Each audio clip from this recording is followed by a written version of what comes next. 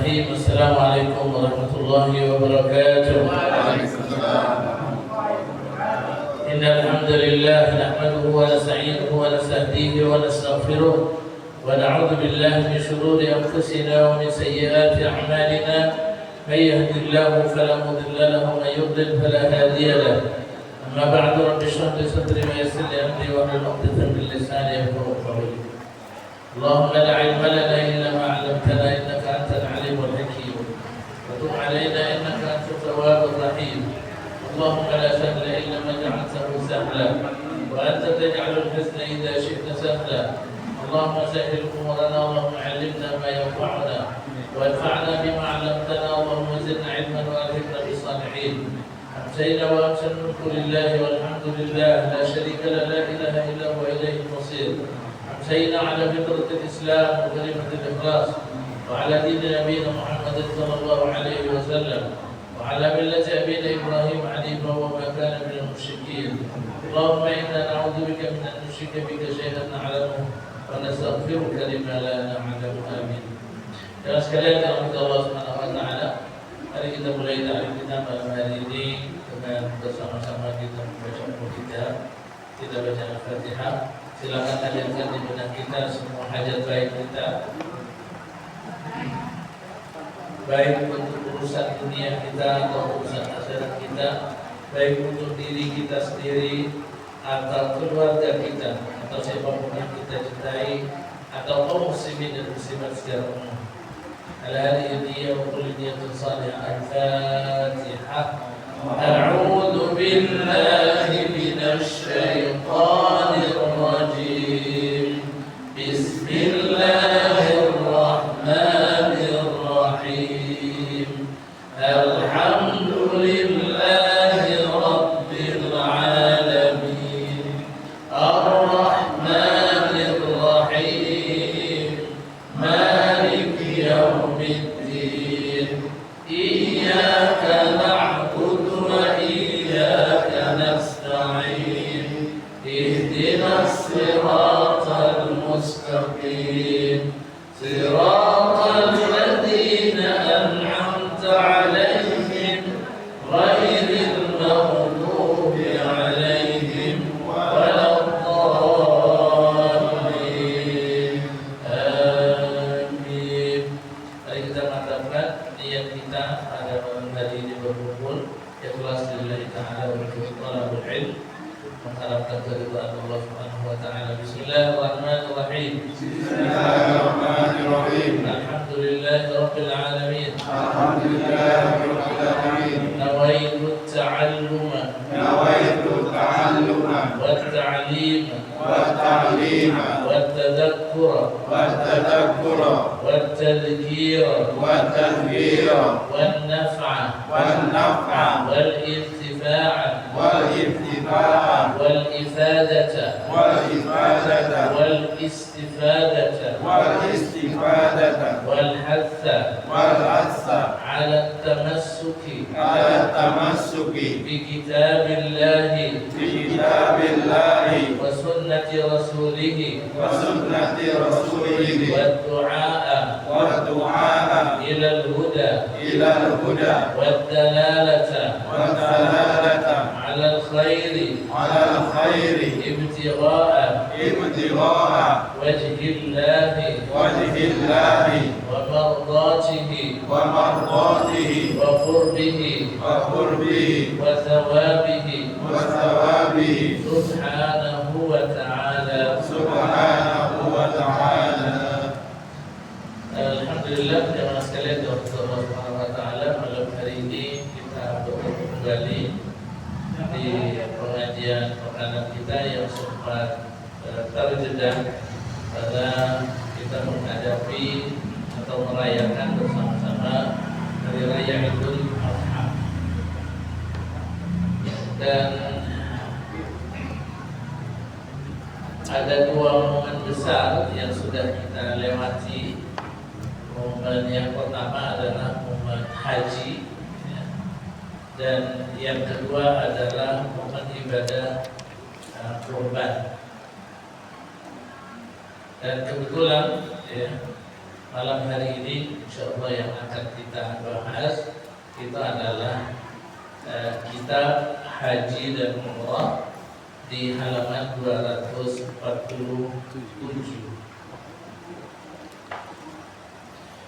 Kebetulan jamaah haji kemungkinan informasi kalau dari Pak Herman mulai tanggal 1 kemarin sudah mulai ada yang ada kepulangan. Kita doakan mudah-mudahan semua jamaah haji yang tahun ini diberi kesempatan oleh Allah Subhanahu wa taala untuk melaksanakan manasik, Allah Subhanahu wa taala berikan kemudahan kepada mereka dan Allah terima hajinya sehingga pulang kembali ke negara masing-masing dengan selamat dan membawa haji yang mabrur. Dan kita yang masih belum diberi kesempatan oleh Allah Subhanahu wa taala sampai saat ini, mudah-mudahan pada masa yang akan datang Allah akan berikan kesempatan kita untuk ke tanah suci, baik untuk melaksanakan haji dan umrah. Baik jemaah sekalian dalam Allah Subhanahu wa taala, kitab haji dan umrah di halaman 247. Sambil kita mantapkan di hati kita niat dan keinginan, mudah-mudahan Allah Subhanahu wa taala akan mempermudah kita untuk melaksanakan kedua ibadah ini, ibadah haji dan umrah. Kalau kita sudah mempelajari haji dan umrah, doanya jadi enak, sudah paham, lalu kita berdoa, ya Allah, berangkatkan saya, mudahkan saya untuk berangkat haji dan umrah. Saya sudah belajar fikih, ya Allah. Gitu. Kalau belum kan, belum aja udah mau, gitu kan? Jadi kalau sudah pernah jemaah sekalian belajar fikihnya kan bisa ngomong. Kalau saya sudah belajar, ya Allah. So, baik jemaah sekalian, kitab haji dan umrah.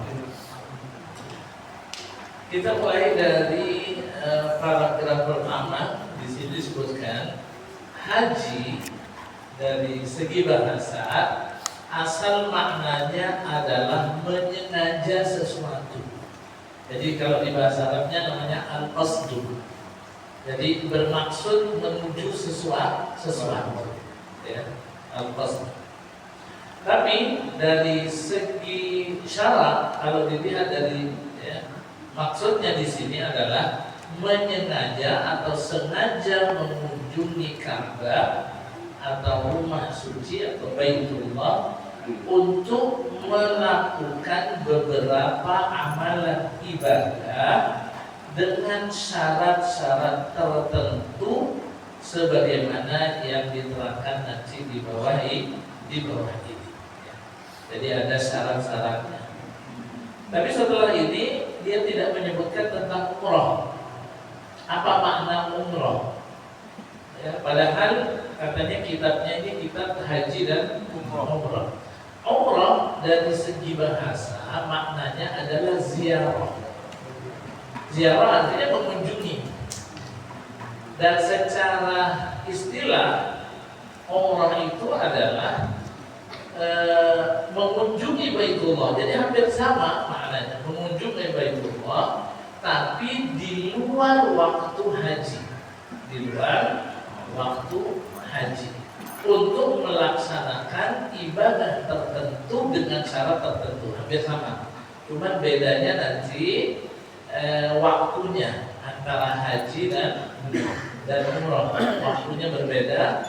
Kemudian syarat-syaratnya secara khusus juga ada perbedaan. Kalau dari segi waktu, jemaah sekalian dalam Allah Subhanahu wa taala, perbedaannya adalah haji itu waktunya adalah bulan-bulan tertentu. Jadi orang tidak bisa berniat untuk haji di setiap waktu, nggak bisa. Kapan bulan-bulan tertentunya itu yang disahkan orang niat untuk haji? Dari mulai bulan Syawal. Jadi mulai bulan Syawal, Dzulqa'dah, kemudian 10 hari pertama dari bulan Dzulhijjah. Kalau sudah itu lewat sudah. sudah nggak bisa orang diurut ke tahun depan kan.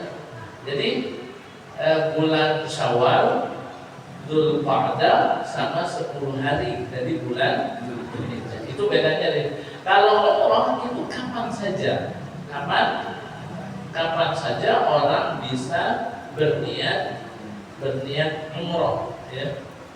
Kecuali saat itu sedang dilaksanakan prosesi manasik haji, ya. Maka umroh yang dilakukan saat ada manasik haji itu harus disatukan, disatukan. Jadi orang-orang yang pergi haji sekarang itu dia tidak melakukan haji saja, tapi melakukan haji dan umroh. Melakukan haji dan umroh. Nanti ada teknisnya, gimana cara menggabungnya. Apakah umroh dulu baru haji, atau haji dan umroh langsung ditumpuk jadi satu, begitu kan? Ya. Atau haji sendiri, umroh sendiri, haji sendiri, ya. Nanti ada fikihnya. Oke. Kalau dari segi hukum, tadi perbedaan dari segi waktu antara haji dan umroh. Kalau dari segi hukum-hukum yang ada di dalamnya, kalau umroh hanya sekedar jamaah sekalian dirahmati Allah Subhanahu wa taala, orang niat, kemudian tawaf, kemudian sa'i, ya. Kemudian setelah itu dia tahallul udah. Tapi kalau haji, selain nanti ada jadi plusnya itu ada wukuf di Arafah, ada pergi ke Musdalifah, ada melempar jumrah. Ya. Baik, kemudian sekarang poin berikutnya, permulaan wajib haji. Artinya kapan sih haji itu diwajibkan? Kapan haji itu diwajibkan? Pendapat ulama dalam hal menentukan permulaan wajib haji ini tidak sama. Artinya ada perbedaan di antara mereka. Sebahagian ada yang mengatakan tahun ke-6 Hijriyah. Dan ini yang masyhur. Ke-6 Hijriah itu gini jemaah sekalian. Nabi kan hidup di Mekah dan Madinah. Di Mekah menjadi Nabi dan Rasul, ya. Menjadi Nabi dan Rasul di Mekah berapa tahun? 13 tahun. Di Madinah itu 10 tahun. Tahun-tahun di Mekah 13 tahun itu disebut dengan tahun-tahun kenabian. Kemudian tahun-tahun di Madinah sampai sekarang itu disebut dengan tahun Hijri. Nah, ibadah haji itu diwajibkan tidak di Mekah, tapi di Madinah. Makanya tahunnya tahun Hijriyah, bukan tahun kenabian, ya, tahun Hijriyah setelah Nabi SAW hijrah. Kalau ulama sepakat bahwasanya ibadah puasa, ibadah sholat itu diwajibkan di Mekah. Cuman berbeda pendapat tahun keberapa. Ada yang mengatakan tahun ke-10 kenabian, ada tahun ke-11, ya, tergantung perbedaan pendapat mereka tentang kapan terjadi peristiwa Isra dan Mi'raj. Karena peristiwa Isra dan Mi'raj itu waktu diwajibkannya sholat. Dan itu menjadi satu-satunya kewajiban yang ada di Mekah. Dan setelah itu tidak ada tambahan kewajiban apapun di antara rukun Islam itu selain syahadat, kemudian sholat. Nabi hijrah ke Madinah tahun pertama Hijriyah belum ada tambahan. Tahun kedua Hijriyah di bulan Sya'ban menjelang Ramadan baru turun ayat puasa. puasa. Di tahun yang sama turun perintah zakat. Di tahun yang sama. Jadi setelah puasa turun perintah zakat. Setelah itu tidak ada kewajiban lain lagi. Tahun ketiga nggak ada, tahun keempat, kelima, keenam, ketujuh itu ya. Ada yang mengatakan tahun keenam itu turun perintah untuk haji. Tahun ke-6. Jadi setelah ke-6, 7, 8, 9, 10 Nabi meninggal. Tapi ini pendapat masyhur, ini memang pendapat yang masyhur. Tapi ternyata yang lebih kuat, jadi tidak masyhur tapi. Jadi yang masyhur itu 6, tahun ke-6. Tapi yang rajih yang lebih kuat itu yang mengatakan tahun ke-9. Tahun ke-9. Berarti kalau tahun ke-9 memang sebentar lagi nabinya meninggal. Kan tahun ke-9, 10, 11 Nabi meninggal. Awal-awal 11 itu meninggal. Nah, kenapa kok disebutkan pada tahun ke-9 yang lebih kuat? Karena ternyata pada tahun ke-9 itu pernah ada satu kabilah yang masuk Islam, kemudian mereka mendatangi Nabi tahun ke-9 dan mengatakan begini, apa yang Allah Subhanahu wa ta'ala wajibkan kepada kami kalau kami masuk Islam? Kemudian Nabi menyebutkan amurukum bil imani billah. Aku perintahkan kalian untuk beriman kepada Allah. Berarti syahadat. Ungkapkan dengan lisan, bentuknya ungkapan dengan lisannya, bentuknya syahadat. Kemudian wa iqamis shalah, mendirikan salat, wa ita'iz zakat, dan menunaikan zakat, wa shaumi Ramadan, dan puasa Ramadan, wa an tu'tul khumsa minal maghnam, dan ada kewajiban kalian untuk memberikan 1/5 dari harta rampasan. Kata saat itu ada perang, ya. Harta rampasan, kalau orang dapat rampasan 5. Dan Nabi SAW di sini tidak menyebutkan haji. Berarti saat itu haji belum diwajibkan. Ini di awal tahun 9. Setelah kejadian kabilah ini datang ke Nabi, baru turun perintah haji. Ya. Apa dalilnya? Kita lihat disebutkan sini kan. Sebahagian mengatakan ke-6 Hijriah, ini yang masyhur. Yang lain mengatakan pada tahun ke-9 Hijriah. Jadi 9 diwajibkan, tahun ke-10 Nabi haji. Tahun ke-10 bulannya bulan apa berarti? Bulan Dzulhijjah. Nabi ada di Mekah bulan Dzulhijjah. Bulan Muharram berarti kan sudah masuk tahun 11. Bulan Muharram Nabi balik ke Madinah. Setelah Muharram apa? Safar. Setelah Safar terus meninggal. Kan meninggalnya di 12 Rabiul Awal. Jadi gak lama setelah. Itulah kenapa hajinya Nabi saat itu dikenal dengan haji wada. Jadi haji perpisahan. Dan khutbahnya Nabi di padang Arafah saat itu dikenal juga dengan khutbatul wada.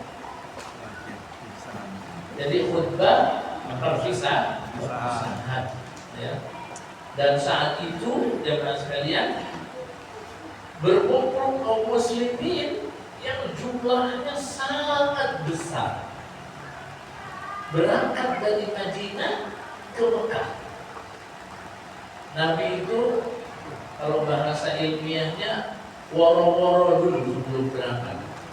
Tahu kan woro-woro? Ya? Iklan.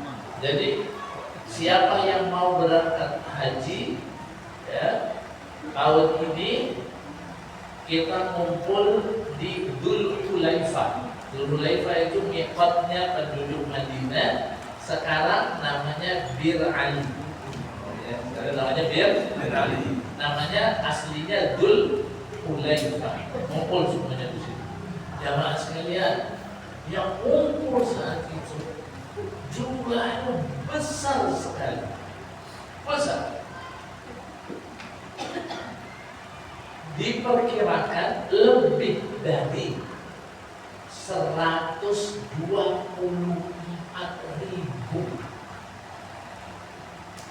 jalan kaki itu, pakai kendaraan ada yang, ya.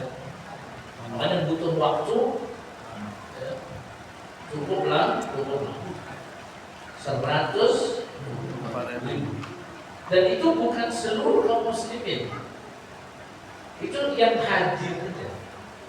Jumlah kaum muslimin saat itu besar, karena yang tidak haji itu banyak. Kemudian kaum muslimin yang ada di Mekah belum kehitung juga, karena tahun ke-8 Mekah itu kembali dikuasai oleh kaum muslimin tahun ke-8. Terus Nabi hajinya tahun ke-10, dan kaum muslimin yang ada di Mekah, ya, yang ada di Mekah itu tidak diperbolehkan oleh Nabi SAW hijrah ke Madinah, karena Mekah sudah menjadi atau berada di bawah kekuasaan kaum muslimin. Jadi jumlahnya besar kan, 124.000 lebih, ya. Nah, ada cerita seorang wanita setelah Nabi pulang di bulan Muharram ke Madinah, nangis dia. Datang Nabi, ya Rasulullah, saya menyesal, saya tidak bisa pergi bersama Anda untuk haji, gitu. Karena para sahabat itu senang banget, kecintaannya kepada Nabi itu luar biasa. Kalau mereka diajak untuk menemani Nabi dalam perjalanan, oh senang sekali. Makanya Nabi kalau pergi nggak pernah sendirian. Sahabat itu ingin bareng sama Nabi SAW. Ada wanita yang datang ke Nabi menangis, oh ya Rasulullah, saya menyesal tidak bisa pergi bersama Anda pergi haji. Dalam kata Nabi SAW, dihibur oleh beliau, nanti kalau datang bulan Ramadan, silakan kamu umrah. Sebab umrah di bulan Ramadan itu sama dengan haji bersama. Itulah kenapa jemaah sekalian, ya, Mekah itu menjadi full, pemandangannya indah sekali itu di dua musim, musim haji sama Ramadan, ya. Nah, itu kewajiban atau waktu diwajibkannya. Jadi ada yang mengatakan di tahun ke-6, ada yang mengatakannya di tahun 9. Kemudian kalau ada pertanyaan di sini, ya, di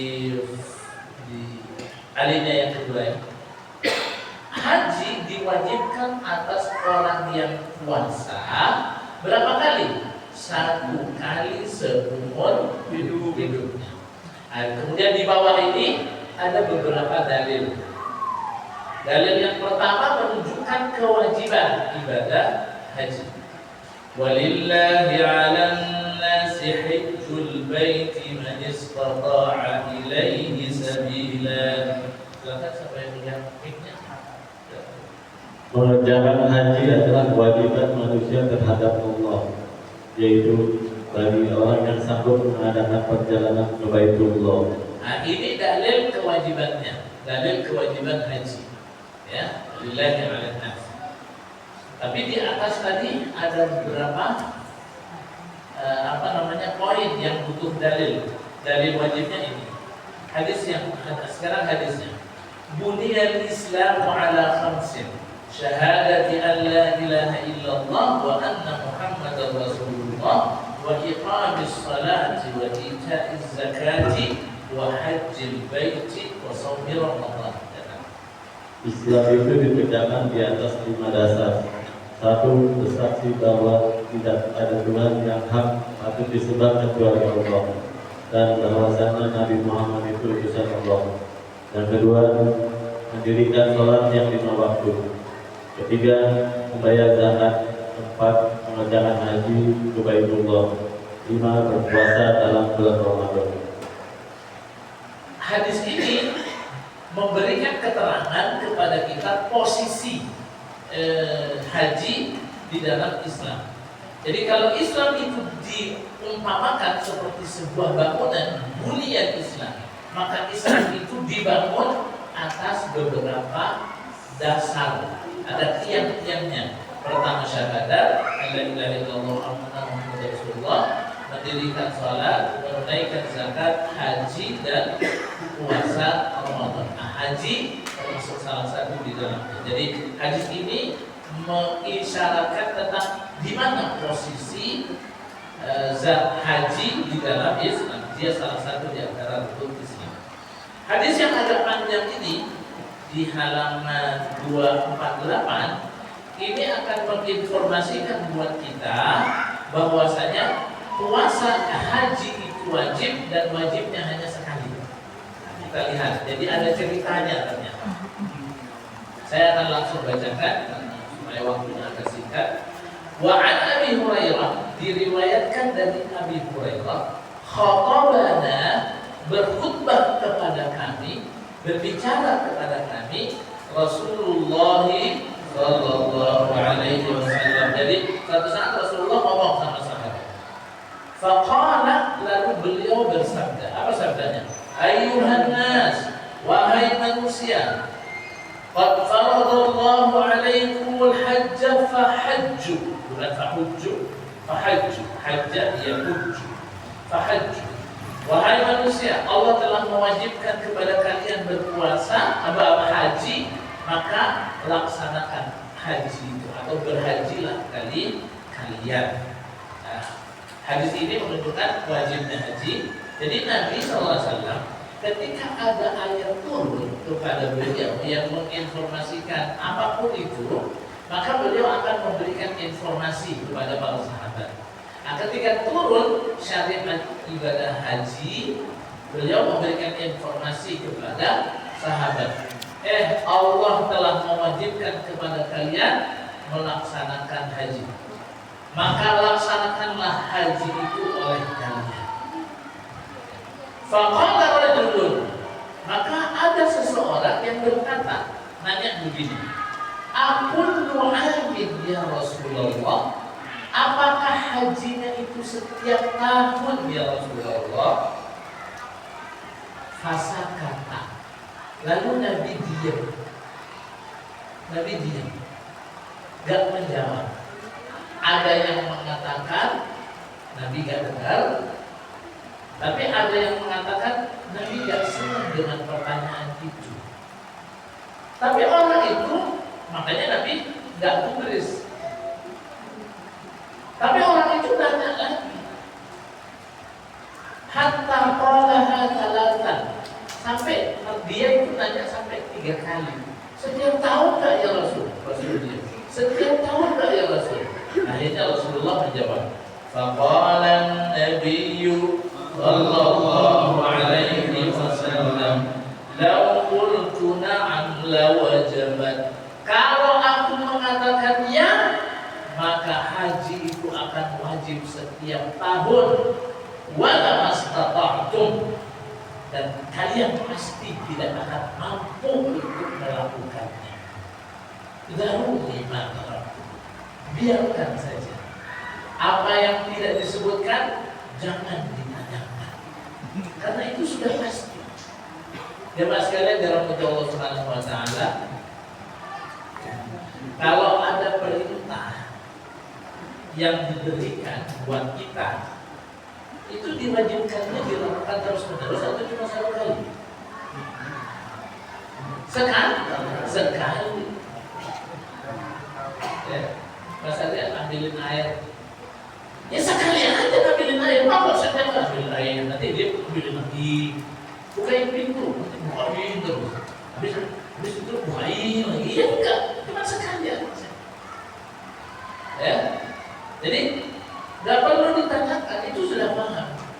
Dan peristiwa ini juga mengisyaratkan kalau Nabi SAW tidak suka, ya, disebutkan kalau peristiwa ini menjadi penyebab Nabi SAW bersabda gini, ma'amartukum bihi, apa yang aku perintahkan kepada kalian. Setelah ada pertanyaan ini, ma'amartukum bihi fa'tu minhu mastata'tum, lakukan semampu kalian. Wa ma taraktukum, dan apa yang aku biarkan, apa yang aku tidak sebutkan, pada tas'alun maka jangan kalian tanyakan. Yang aku biarkan, aku tidak menjelaskannya, jangan kalian tanyakan.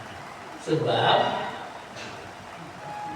orang-orang yang sebelum kalian, ahlakal ladzina min qablikum, orang-orang yang sebelum kalian itu dibinasakan oleh kasratu masailihim, banyaknya pertanyaan mereka yang tidak penting, dan mukhalafatuhum ala anbiya'ihim, menyelisihi nabi mereka. Jadi umat-umat yang terdahulu itu terlalu banyak bertanya yang tidak penting, kemudian diselisihi, tidak diikuti. Cuma tanya doang, gitu kan? Gak mau dikerjain, tanya doang. Nah, makanya di dalam Al-Quran juga disebutkan la tas'alu an asya'a itu dalam masukun. Jangan kalian menanyakan tentang sesuatu yang kalau dijawab itu akan membuat berat kalian. Seperti haji. Nanya-nanya, setiap tahun nggak? Kata Nabi, kalau aku jawab iya, maka wajib haji itu setiap tahun dan kalian nggak akan ada satupun yang bisa melaksanakan. Setiap tahun, 1 tahun, sekali saja seumur hidup, ribetnya bukan main. Sekarang umurnya berapa tahun tuh? Ya, coba sekarang umurnya berapa tahun? Ya. Jadi nggak akan ada yang mampu akhirnya untuk melaksanakan. Ya. Makanya jemaah sekalian, para sahabat saat itu akhirnya tidak banyak bertanya. Jadi wabil khusus sahabat yang ada di kota Madinah yang hidup bersama dengan Nabi SAW.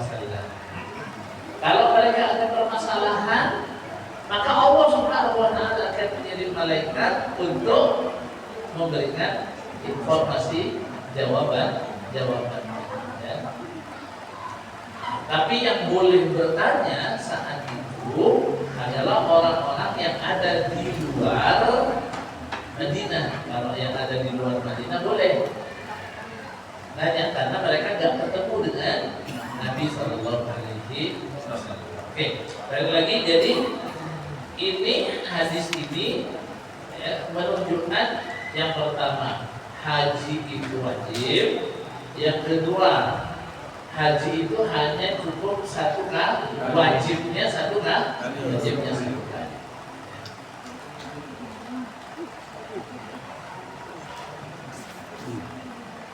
Oke, ada poin sebelum kita akhiri. Ada poin di sini. Ibadah haji itu wajib segera dikerjakan. Ya, walaupun pendapat ini tidak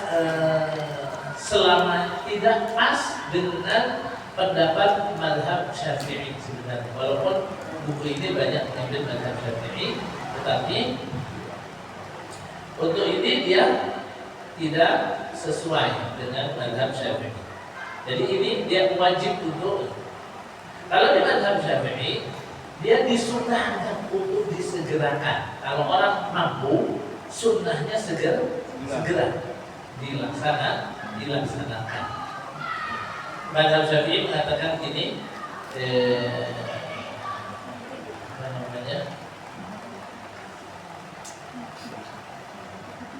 kewajiban haji itu adalah kewajiban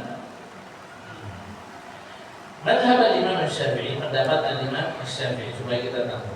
Annal hajj wal umrah, haji dan umrah itu la yajibani 'alal fawr. Tidak wajib sesegera mungkin. Bal yasihhu ta'khiruhuma. Boleh orang mengakhirkan, tunggu dulu. Kenapa? Li'anna al-umrah kullahu, karena umur semuanya itu adalah zamanul li'adadihim. Karena umur itu ya, kita masih hidup, berarti kita selama masih hidup kita bisa melaksanakannya ke hari sekarang. Nah, cuman yang jadi masalah jemaah sekalian, bisyart, kata Imam Syafi'i, bisyartil azmi 'ala al-fi'li fil mustaqbal. Harus ada tekad. Ya, sekarang saya tidak pergi, tapi saya akan bertekad untuk pergi haji pada masa yang akan datang. Itu harus tetap ada azam, ada azamnya. Ya. Namun disunahkan, ditekankan bagi yang mampu untuk segera. Kalau bisa lebih bagus segera. Kenapa? Nomor satu itu umur tidak ada yang tahu. Umur nggak ada yang tahu. Ya. Nah, makanya disebutkan di sini, ya, Ali bin Abbas, diriwayatkan dari Ibnu Abbas, qala Nabi sallallahu alaihi wasallam, ta'ajjalu ila al-hajj fa inna ahadakum la yadri ma ya'ridu lahu. Rawahu Ahmad. Dari Ibnu Abbas, Nabi besar sallallahu alaihi wasallam telah berkata, hendaklah kamu bersegera mengerjakan haji, karena sesungguhnya seseorang tidak akan menyadari suatu halangan yang akan merintanginya. Nah, gitu. Karena orang nggak tahu kapan ada halangan. Ya. Artinya kalau kondisi yang memungkinkan, segera berangkat. Kecuali ada alasan. Tapi tetap, walaupun ditunda, harus ada azam di dalam haji untuk melaksanakannya pada masa yang akan datang. Yang alasan berikutnya kenapa kok harus bersegera? Karena ini adalah hak Allah atas diri kita. Ini kewajiban kita kepada Allah. Dan kewajiban kepada Allah itu harus segera dilaksanakan. Dan Allah Subhanahu wa taala memang melatih kaum muslimin secara umum itu untuk menjadi orang yang cepat merespon kalau ada instruksi. Ya, kalau ada instruksi cepat direspon. Misalnya gini, contohnya, apalagi yang bapak-bapak ini, ya, akan merasakan ada latihan setiap pekan untuk merespon perintah Allah Subhanahu wa taala melalui ibadah Jumat. Coba perhatikan perintah sholat Jumat. Allah katakan, ya ayyuhalladzina amanu, wahai orang-orang yang beriman, idza nudiya lis-shalah, kalau sudah ada panggilan untuk salat di yaumil Jumat, pada hari Jumat, apa kata Allah Subhanahu wa taala? Fas'au. Maka bersegera. Jadi ini sebenarnya adalah latihan makanan. Setiap mukmin menjadi pribadi yang gampang merespon ajakan melakukan kebajikan, apalagi itu ibadah. Jadi jangan ditunda-tunda, ya. Nabi SAW mengatakan, siapa orang yang datang Jumatan fi sa'atil ula, pada sesi pertama dia mendapatkan pahala tambahan seperti orang yang berkorban onta. Jadi di luar masjid itu ada malaikat yang menunggu, dilihat siapa yang datang pada sesi pertama. Kalau yang datang pada sesi kedua, grup yang datang kedua itu dapat pahala tambahan seperti orang yang korban sapi. Kemudian berikutnya seperti orang yang korban kambing. Berikutnya seperti orang yang berkorban ayam. Berikutnya seperti orang yang berkorban